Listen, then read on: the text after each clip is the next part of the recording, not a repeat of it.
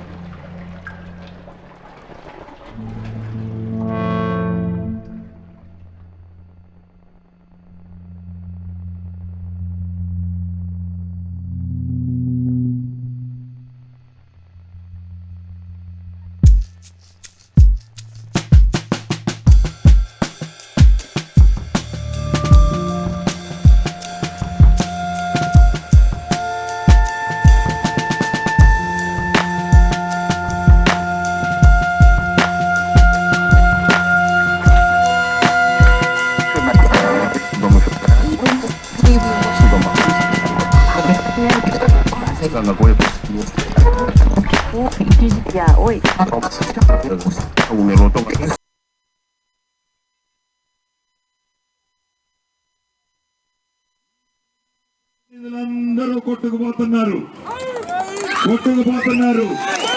శ్రీనన్నకి మేము మద్దతు ఇచ్చే దాంట్లో ఎట్టి పరిస్థితుల్లో మేము ఆగము అని చెప్పి నా మీద నమ్మకంతో విశ్వాసంతో ఇక్కడికి వచ్చిన నా కుటుంబ సభ్యులందరికీ మరొక్కసారి చేతులు జోడించి అభినందనలు కృతజ్ఞతలు తెలియజేస్తున్నాను. అంతేకాదు ఈరోజు స్థానిక సంస్థ ప్రజాప్రతినిధులు ఇంకా చాలా మంది ఇక్కడికి రావాల్సి ఉంది. చాలా మంది రావాల్సిన అవసరం ఉంది.